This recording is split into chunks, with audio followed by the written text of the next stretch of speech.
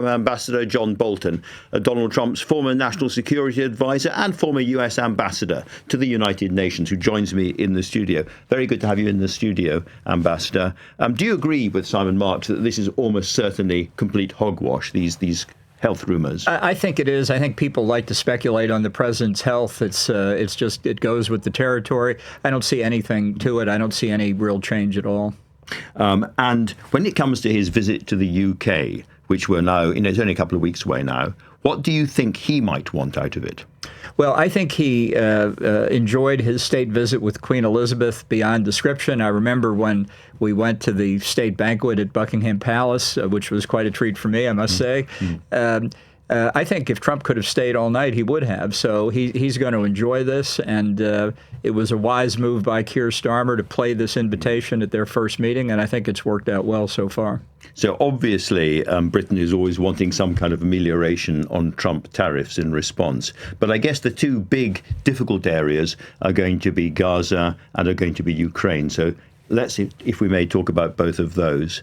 When it comes to Gaza, we see Israel pushing ahead more and more settlers into the West Bank, and we see no sign whatever that Prime Minister Netanyahu is really listening to Donald Trump. Well, I think Trump is giving him leeway. I think Trump probably believes the two-state solution is dead. I myself think it's been dead for quite some time.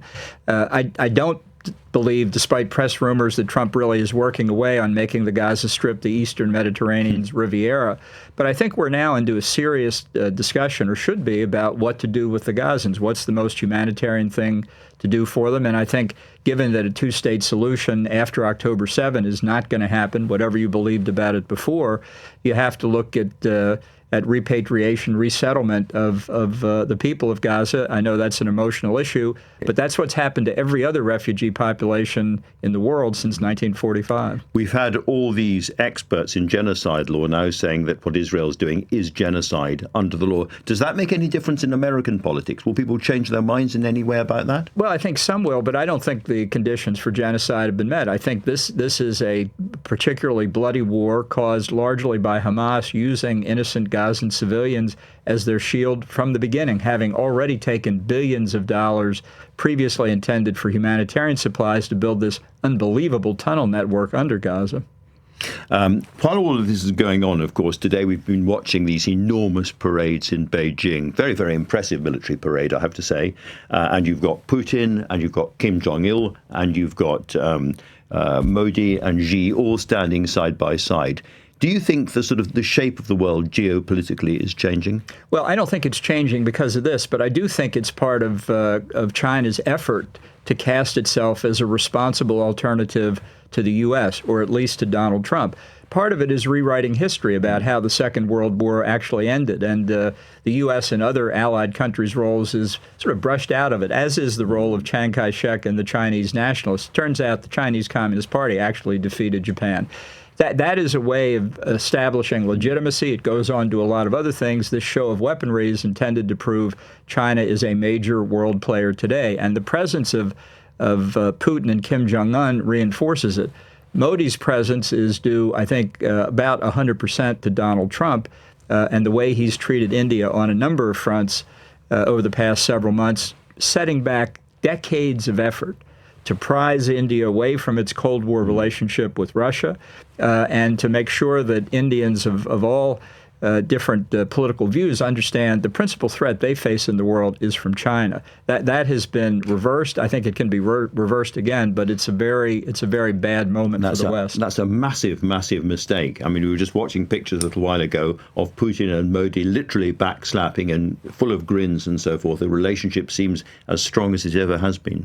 Yeah, I think Trump sees international relations through the prism of his personal relations with leaders. So if he has a good relationship with Vladimir Putin, the U.S. has a good relationship with Russia. That's obviously not the case. But Trump had a very good relationship personally with Modi. I think that's gone now. And it's a lesson to everybody, for example, Keir Starmer, that a good personal relationship may help at times, but it won't protect you from the worst.